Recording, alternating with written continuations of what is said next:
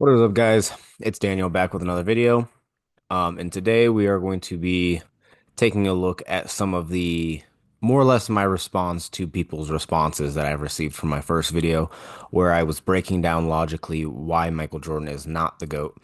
Um, and so for people who have not seen that video, I recommend you go look at that video because we break down a lot of context. But for people who don't want to go look at that video, we're gonna do just a really quick um rundown of everything. That way we can try to get people up to speed as fast as possible. So my first video and this video are taking a look at basketball from a philosophical perspective, using logic, meaning that we have our premises, we have our conclusions. If you have a premise like all dogs are mammals, and that premise is true, and then you have a second premise of German Shepherds are dogs, and that is also true, then you have to agree with the conclusion. Simple as that. Um, okay, so First, first thing we need to talk about we need to talk about influence because I was getting a lot of people texting me um and telling me that they think that LeBron is a phenomenal player, but he's not as influential as Jordan. Okay. And also some of the things that I heard was how can LeBron be the GOAT while wearing Jordans? Stupid. This is stupid. People saying that Jordan completely changed the game. I agree. And people saying that even Kobe and Curry are more influential than Jordan. I agree. But influence does not make you the GOAT. Influence doesn't make you the best or the greatest. It just means you have the most influence. And that's great for you. But when we're talking about the GOAT debate and you bring in influence, I don't know if you can see my mouse, but this picture of SpongeBob, that's how you look to me. That is how you look to me talking about influence in a GOAT debate. It has no place. And we're going to talk about why it has no place. So, first of all, inconsistent logic that I see, and I talk about this inconsistent logic in my previous video, where the things that people use to justify putting one person above another, they won't use it to justify putting another person other over another. So, if you agree that, okay, first, this is my top five most influential players of all time. Number one is obviously Jordan. Number two is Kobe. Number three is Curry. Number four is Allen Iverson, and then five I put it as a tie between Shaq and LeBron. Okay, this is why this is inconsistent logic. If you agree that Allen Iverson is a top five most influential player, then why is he not in your all-time top five? Obviously, because one, it's not a factor. Two, it's not calculable. It's as simple as that. And it doesn't have anything to do with, it has nothing to do with your success in the game. Um, Once again, an example that I talk about in my last video, where people over hyper focus on people's peak. Lynn Sanity, Jeremy Lin, the year that he was playing, he was very influential. Okay. Once again, Kobe, highly influential. My entire generation, I would argue everyone who is aged probably 20 to 26 grew up every single time they shot, they would say Kobe. Okay, he highly influential. His shoes, his mentality, everything about him was highly influential. But that doesn't put him in the GOAT debate per se. There are other things that put him in the GOAT debate, but it has nothing to do with his influence or even his mindset or his mentality. So this is just stupid logic. Next, the inconsistency that people have when it comes to other sports. People only want to talk about influence in the GOAT debate when it comes to basketball. However, in the NFL, the most influential quarterback of all time is Michael Vick. Okay. In fact, every single quarterback, the blueprint of quarterbacks that we see today, as in Seahawks, Russell Wilson, Jalen Hurts, Lamar Jackson, Patrick Mahomes, these quarterbacks that run the ball, that's all from Michael Vick. All of and in fact, the MVP race for this year was Lamar Jackson and Josh Allen.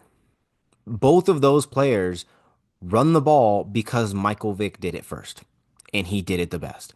And so, but no one talks about Michael Vick as if he's greater than Tom Brady because he's not. Highly influential, but he's not in the GOAT debate. Next, Conor McGregor is easily the most influential MMA athlete by an astronomical margin. Okay? I mean, Conor McGregor is 4 times as influential as the second guy on that list, and yet he's not the GOAT. People do not consider him the GOAT. Um, Basically, anyone other than people that live in Ireland don't even have Conor in their top four, their top three. Most of the time, people debate between John Jones or George St. Pierre, or some people even put Khabib in there, but they're not talking about Conor. Now, when Conor was the very first one to, obviously we're not saying that Conor's not good. We're not saying that Michael Vick isn't good, and we're not saying that, Michael Jordan, Kobe, Curry, all these influential players, Allen Iverson. We're not saying they're not good. It just doesn't count for you in the GOAT debate. What counts for Conor McGregor is the fact that he was the first double champ in UFC history. That's what puts him in um, that discussion. It has nothing to do with his influence, though. So, yeah, I will not be calculating influence. I do not believe it is a factor. Um, so, if that upsets you or you disagree, that's okay, but it's not a factor in my opinion. So, we're not going to put it in there. Okay, the next thing that I heard the most. What about the Defensive Player of the Year award? Because Michael Jordan has a Defensive Player of the Year, LeBron does not. So, I just conveniently leave left that out. No, I was well aware that I missed this. However, I didn't intend for my first video to be the final version of my power scaling method. So I have added the Defensive Player of the Year to the power scaling in order to try my absolute best to give Michael Jordan a fighting chance. Okay. In fact, I've also done other things to try to give Michael Jordan the best chance. However, when we're adding the Defensive Player of the Year award, we also have to take into consideration the medal system. Like I said, robberies do exist. In fact, basically anyone other than Michael Jordan's fan club um, know that LeBron James was robbed of a Defensive Player of the Year by Marc Gasol. Marc Gasol did not deserve that award. LeBron James deserved that award, and it was completely taken from him. So he and MJ would have the same amount of Defensive Player of the Year awards if it wasn't for that robbery. Which is why we're going to use the medal system so that we can count that robbery for LeBron. Anyways, also my power scaling, I did not mean I did not mean to say is. My power scaling is not. In fact, I'm just gonna change that just so people don't try to clip me. Okay. My power scaling isn't perfect. I would still love to find a way to add all-time points, assists, rebounds, blocks, and steals, also Olympic stats. Lastly, I would like to find a way to calculate advanced stats like win share per 48 and plus minus stats. However, I haven't figured out how best to incorporate them. Plus, Olympic stats and all-time stats would just help out LeBron, and we don't want that. We want to give Michael Jordan the best chance to win here. Like we're trying to help the guy out because his fan base is coping. Okay, they're talking about shoes. They're talking about yeah, just ridiculous. So, in order to try to help out this coping fan base, we're gonna leave out everything that helps LeBron's case, and we're gonna bring in some stuff that helps Jordan. Okay, next. This was also in my very first video, but we're just gonna go over it again. The premise of my argument is that era inflation is real. These are some of the key markers as to why we believe this. If you want to pause the video and look over all of these, I suggest you do. Next, premise number 2. Finals MVPs are worth double as rings, and conference MVPs are worth more than a ring. Once again, we already talked about this in the first video, so if you watch that, then you're already familiar with this. Simply put, for people that are just catching in on this video, it's not necessary to explain that leading your team to a finals and being a sixth man on a finals team, one is clearly more impressive than the other.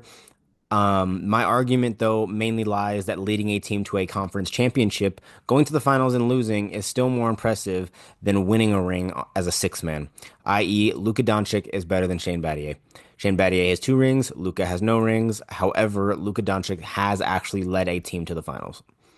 Okay, next premise. Medals system is far superior at reflecting context within history. And then I simply lay out a simple format for if the NBA had a medal system. The finals winners would have gold, the finals losers would have silver, and the East and West Conference losers would tie for bronze. I'm speeding through these because, like I said, they're already in my first video, and for people that did watch this video or that video, I don't want this one to be completely exhausting. So, okay, premise number four: finishing top three in MVP voting is an accolade. Getting robbed is a part of the NBA, and it's frustrating. Jordan, LeBron, and Kobe have all been robbed. Instead of ignoring this, we simply count them in a medal system so that we can account for these robberies and account for historical context. Premise number five, your whole career matters. You can't hyperfocus on a person's peak and say that you're honestly assessing the career.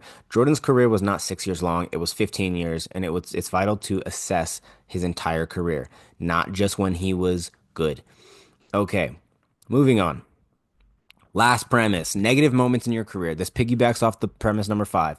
Negative moments in your career should hurt your legacy. They're not neutral events. If you miss the playoffs, that hurts. First round exit, that hurts. Getting swept, that's bad. Losing regular season record, and this ties into the first point that missing the playoffs and having a losing regular season record is bad. However, so anyways, yes, moving on. Conclusion to the premises. Once again, if you want to pause this and read it a little bit more about how I kind of have the logic that I have, you can stop and do that, or you can just keep watching because the next slide we go over it a little bit more in depth. Okay, so this is a new slide. So even if you saw my last video, you will have not seen this one because this is a brand new slide because we're introducing principles so that when people want to try to argue with me that we can refer back to the simple principles. I want to know which principles you are disagreeing with to where you think that my conclusion or my premises are wrong. The first premise is the Steph Curry principle. Unanimous MVP is the highest points in the power scaling system because it's only been done once. Okay. It should have been done twice by now, I will say, because LeBron James was robbed of the very first unanimous MVP of all time in 2012, 2013, when he had 99.99% of the MVP voting, but one person voted for Carmelo Anthony for some reason, probably just because they hated LeBron. To be completely honest, let's be real. Carmelo Anthony should have not gotten any votes. LeBron James was the clear winner. And so LeBron James would have single-handedly had the greatest season of all time. He would have had the unanimous MVP. He would have had the finals, and he would have had that was also the year I believe he was robbed of the Defensive Player of the Year award. So not only would he have the Defensive Player of the Year award, he would have had a unanimous MVP and a ring. It would have been the greatest season of all time. Anyways, the Jordan Russell principle. Era inflation is real. The only cause for argument is how steep that inflation is. The Jordan Russell principle is simply that Jordan's era was 2 times harder than Russell's era. Therefore, Jordan's 6 rings are superior to Russell's 11 rings. Okay, next, the Jordan Horry principle. Horry, Robert Horry has more rings than Jordan. However, the Robert Horry principle simply states that finals MVPs are superior to rings. I hope you agree with that. The Kobe Horry principle, piggybacking off of the Jordan Horry principle, simply states that 2 finals MVPs are still superior to 7 rings. And so this principle is going to come in when I come in back to refine this process because we're going to start to refine some of the math a little bit here because having 2 finals MVPs should be stronger than if somebody has 7 rings on their resume. They should have more points. The Barkley-Horry principle, Charles Barkley and Robert Horry principle. A pseudo conference MVP is greater than 7 rings. I put pseudo there because the conference MVP is an award that just came out this, I think it was 2022, 2021 is the very first time that the conference MVP awards actually were handed out. However, we can hand them to people that got their team to the finals. They led their team to the finals, but lost. Charles Barkley has no rings, but he led his team to the finals. He made as deep of a playoff run as someone can make without winning the finals. And he was the clear MVP of his conference and of his team in that Western Conference finals. So that's why we say pseudo, is because the award didn't exist. However, if it did exist, we know who would have that conference MVP. So, this principle simply states that his pseudo conference MVP is greater and should be reflected mathematically. Once again, I haven't actually done the math, the new math on the point system, but this is me just continually refining this process. So, um, yes, next, the robbery principle. If you believe that robberies exist, all or nothing rewards can't reflect the true context, so the medal system is superior. If you believe that robberies exist, then you have to accept the medal system. As simple as that. The medal system is the only way to account for robberies and historical context that's lost if you think that it's all or nothing. If you think that um, there's just one regular season MVP and then the other 400 NBA players who didn't were all equally as talented, stupid logic. Stupid logic. Anyways, next, the lone wolf fallacy principle. This is something that I see Michael Jordan fans commit a lot, the lone wolf fallacy, that Michael Jordan is the only reason why the Bulls won 6 rings. It's completely ridiculous. You have two Hall of Famers. You have Scottie Pippen, one of the most well-rounded players in the 90s. You have Dennis Rodman, who was already a Hall of Famer before he joined the Bulls because he had already, I believe he had already had um, a Defensive Player of the Year award, and he had also finished top 3 in Defensive Player of the Year voting multiple times. Multiple times. The man was already a Hall of Famer. So people saying that one, LeBron built a super team when Jordan got his 6 rings with 2 other Hall of Famers is BS. They specifically wanted Dennis Rodman. They hunted for Dennis Rodman because they knew that that's what they needed to win that championship. So he too created a super team. Um, and then, yeah, like I said, the lone wolf fallacy is that Jordan is the only reason why they won. They went 6-0 in the finals. It's ridiculous. Anyways, my 3 premises for why the lone wolf fallacy principle is easily refutable is 2016 Stephen Curry, the unanimous MVP, a regular season record of 73-9, um, and no ring. It leads us to conclude that winning is a team effort, and kills the lone wolf fallacy that one man cannot win. Why did I have a typo there? Yeah, one man can't win. Okay. He blew a 3-1 lead to the Cavs. Okay. So, and this is arguably a top 3 greatest season ever. Okay. Not just in accolades, but if you actually look at his stats and his advanced stats, his win share, his plus minus as well. This was one of the most effective seasons. If I remember correctly, he won the scoring title with 30 points a game, and he shot for 50% from the field, 40% from three, I think 45% from three, and 91% from the free throw. So he won the scoring title with one of the most efficient seasons and one of the highest win shares per 48. Won the unanimous MVP, had a 73-9 record, and didn't get the ring. So, I mean, this case literally proves my point, but we're gonna keep going. 2009 LeBron MVP with a 20.3 win share, total win share, and a .318 win share per 48, and lost in the Eastern Conference Finals to the Magic. Now, if you know ball, if you know basketball, you know that 2009 LeBron was one of the greatest basketball players of all time. Um, I mean, I don't even know. I constantly am watching 2009 LeBron highlights, 2013 LeBron highlights, and 2018 LeBron highlights, and I can't figure out who was the greater basketball player because they're all 3 arguable to be the greatest basketball players of all time. However, 2009 LeBron is easily the greatest version of LeBron to in the regular season to not win the finals. Because 2018 LeBron was more so, although he was absolutely phenomenal in the regular season, he was more so a playoff menace. And 2013 LeBron ended up going to win the finals. So 2009 LeBron is the greatest version of LeBron in the regular season that didn't win a ring. And lastly, since old people love to point that Steph Curry and LeBron James just aren't as good as Michael Jordan, the last thing that we're going to do to nail this coffin down is 1988 Michael Jordan. This man, also arguably one of the greatest basketball players to ever touch the ball, averaged 35, 5 rebounds, 5 assists, and 3 steals with a 21.2 total win share and a .308 win share per 48. Okay, this was one of the most efficient Michael Jordans that ever existed. He was one of the highest scoring, one of the most well-rounded.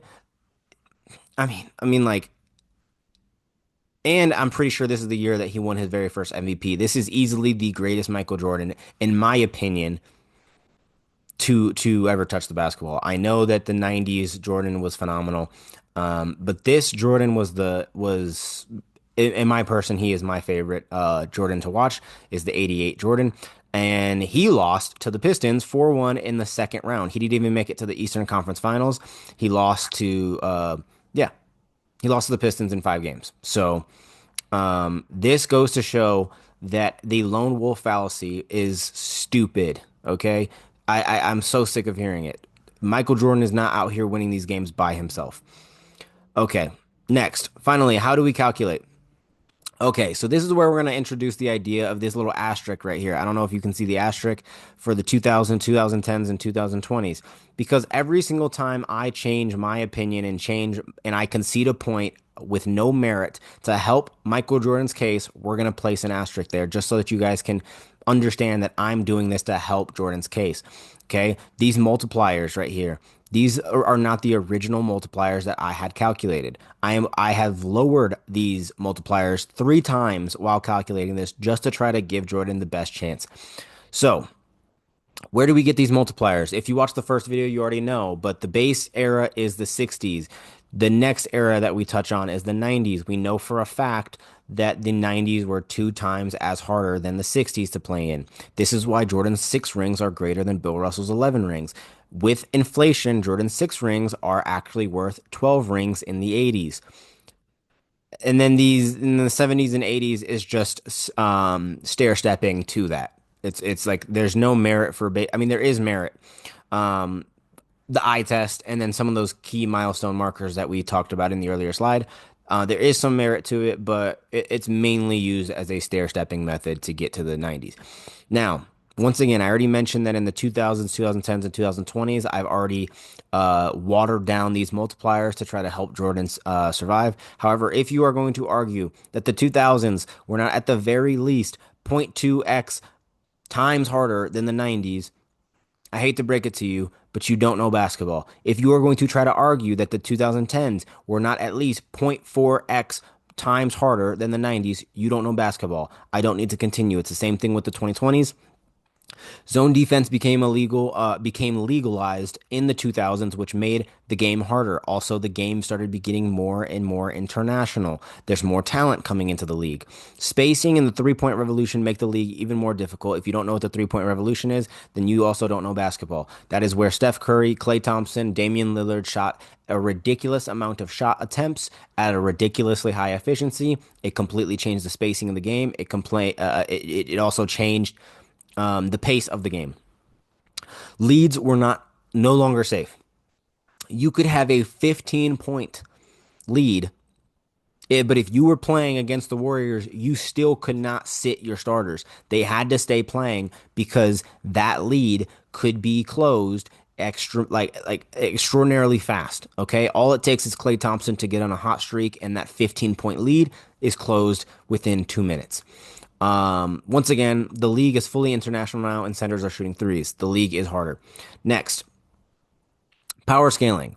Once again, pay attention to some of the new things that we've added. We've added a new score, or you get more points if you have had a three-peat finals MVP. Why are we not doing this for three-peat finals wins? Because simply put, like we talked about, winning a finals, it doesn't mean anything. It like as a player who has a ring, this means nothing for you.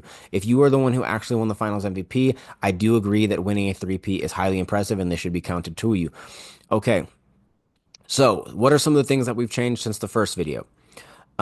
We have lowered how many points you get for winning a ring.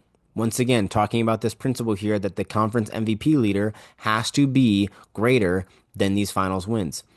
I still want to increase this gap because, like I said, Charles Barkley is greater than Robert Horry. According to this current power scaling method, Robert Horry would probably somehow find a way to etch out Charles Barkley. Maybe I can do that in an upcoming video. Charles Barkley versus Robert Horry, who's the greater all time?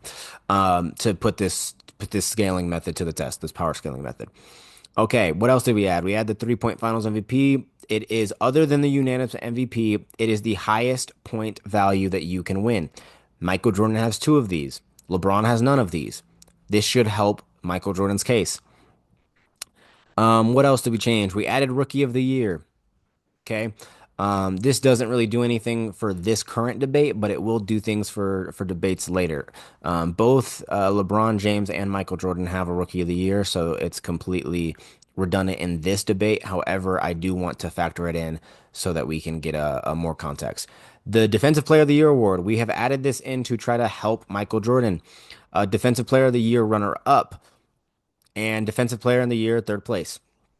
These are all important for context. If you believe that robbery exists, once again, we're talking about that robbery principle. If I don't know why excuse me. Anyways, moving on. Okay, so Michael Jordan in the 80s. Not much has changed on this side except for the fact that we have one conference loss. He gets 10 points for that. He did win a regular season MVP. He gets 75 points for that. He was runner up twice. He gets 100 points for that. He was rookie of the year, 35 points. Defensive player of the year. This is his one and only defensive player of the year. He gets 50 points for that. And then we add up all his negatives, and we find that his entire career in the 80s, he gets 270 points. However, he had first round exit twice, getting swept twice, and a losing record three times. So we minus 350. He has a negative 80 points for this career. We had his era inflation multiplier, and we get negative 120 points for the 80s. Anyone who knows Jordan, we know that the 90s is where the bulk of his career was. So he had his six finals. Um, he had his one conference loss. He gets 10 points for that. Three-peat finals MVP. He gets 300 points just for that. Um, he gets his finals MVP. 750 points for that. Conference MVP, 600 points for that. Regular season MVP, he won that five times, so we're going to give him 375 points. He gets the runner up and third place, and you can see the point values there. No Defensive Player of the Year awards. However, he did get runner up once, and he was third place once. So he gets 70 points for his defensive stats in the 90s. We add up all his points. Also, I pointed this out in the first video, but I want to do it again here because I know a lot of people are we're done with the 90s. That's very common to say now that we're done with the 90s. The 90s don't count. This man in the 90s is still highly impressive. I need you to understand something. He has zero negative. He never missed the playoffs, no first round exits, no losing records, no getting swept. Okay. And he was top three in the MVP voting eight times. Okay. This is ridiculous. Michael Jordan, albeit I don't think he is the GOAT, he still is a phenomenal player.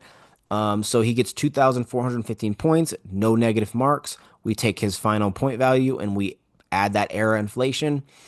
And then, yeah, we get 4,830 points. Next up is Michael Jordan in the 2000s. He did nothing of value, okay? And he missed the playoffs twice and he had a losing record twice. So we take his negative 220 and we add that era inflation multiplier and we find that he has a negative 484 points for his career in the 2000s. So this is his total career.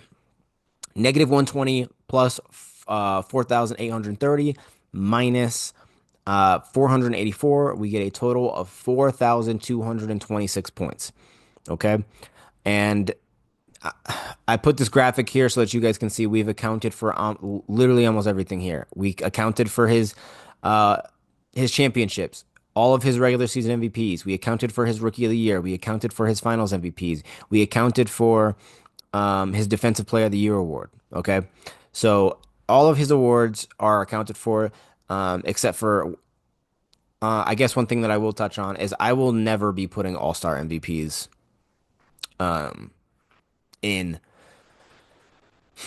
in my power scaling. Unfortunately, the all-star MVP just it got ruined. It really did. It used to mean something. In even in like 2010, it meant something. It doesn't mean anything anymore. And I'm not going to count it in at the expense of every single person who's playing in the 20s. It would just be silly. And I'm not also only going to put it in for people that are before 2010. That's just, once again, silly. And I also don't think that the All-Star MVP even would get that many points, even if I did add it in. I don't think it would like sway any. I mean, it could be a tiebreaker, but I doubt it.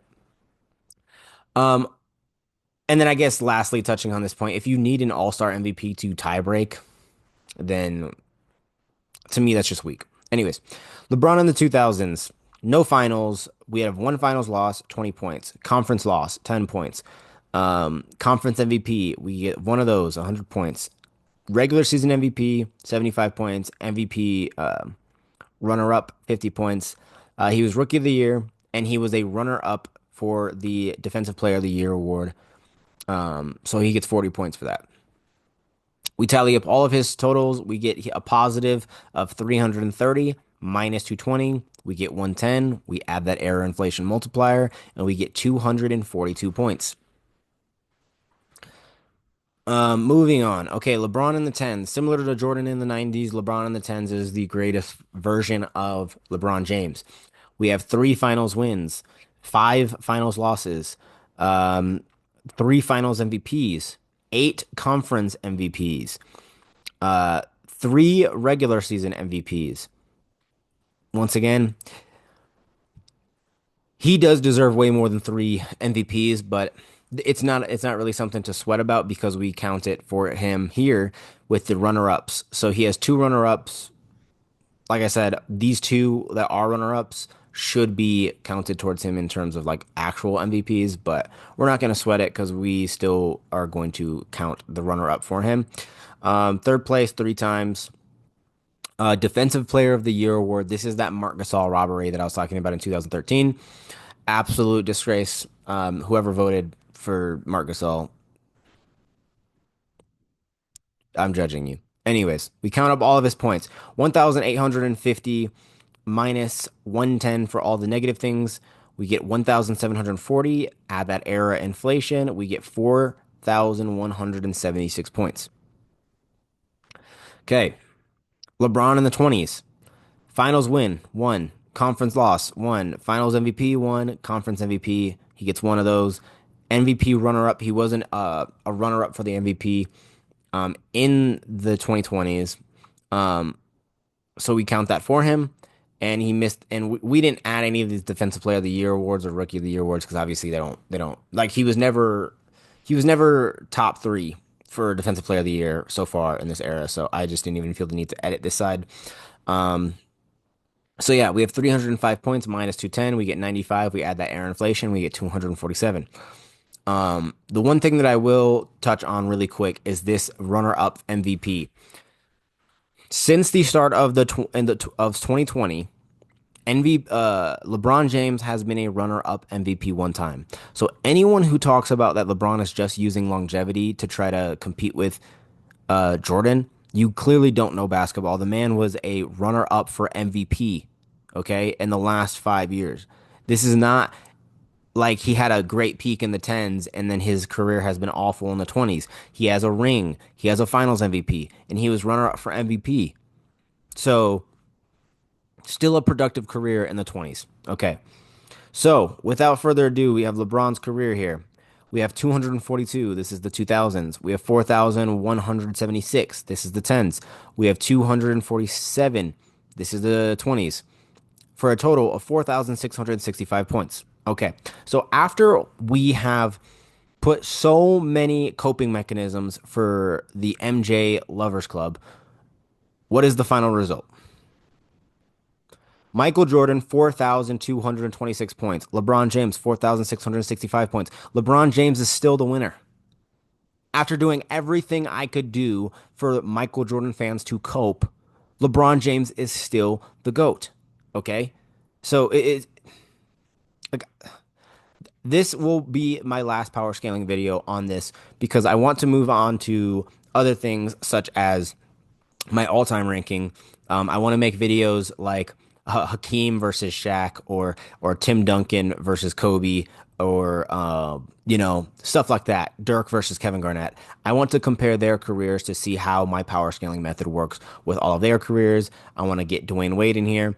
Um, so in terms of the Michael Jordan versus LeBron James, although my power scaling isn't perfect, I already accounted for that in the beginning of the video. I would like to add in all-time stats, Olympic stats, and advanced stats. But I haven't figured out how to do that quite yet in a way that's seamless. But yeah. After coping as hard as we can for Jordan, he's not the GOAT. My one, I guess, thing that I will concede is that LeBron James in the tens had a total of 4,176 points. If we go to Jordan in the 90s, he had 4,830 points. So Jordan's career in the 90s probably will be,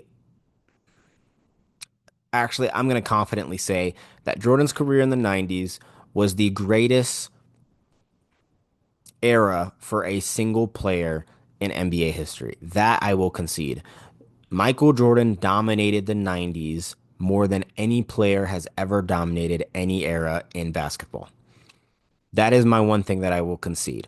But if we are talking about total career, meaning we can't forget that Jordan didn't play 6 seasons, he played 15. Okay. The Wizards did happen.